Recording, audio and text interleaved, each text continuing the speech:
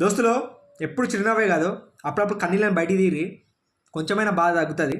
మీరు కూడా ట్రై చేయరు నాలేక. ఎంతమంది ట్రై చేసిరో కామెంట్ చేయరు. ఎన్ని సుక్కలు గారిని కూడా చెప్పుర్రి.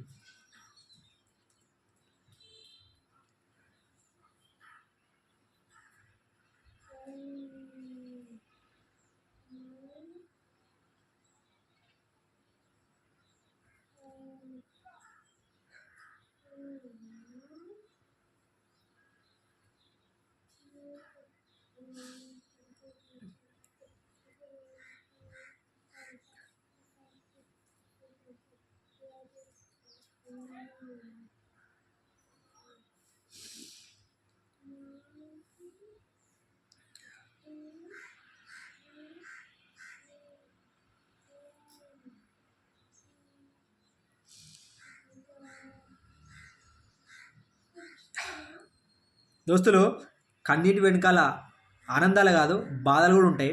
నేనైతే ఒక్క కన్నుతోనే ఏడ్చిన. మీరు కూడా అలా ఏడ్చుంటే కామెంట్ చేసి చూద్దాం.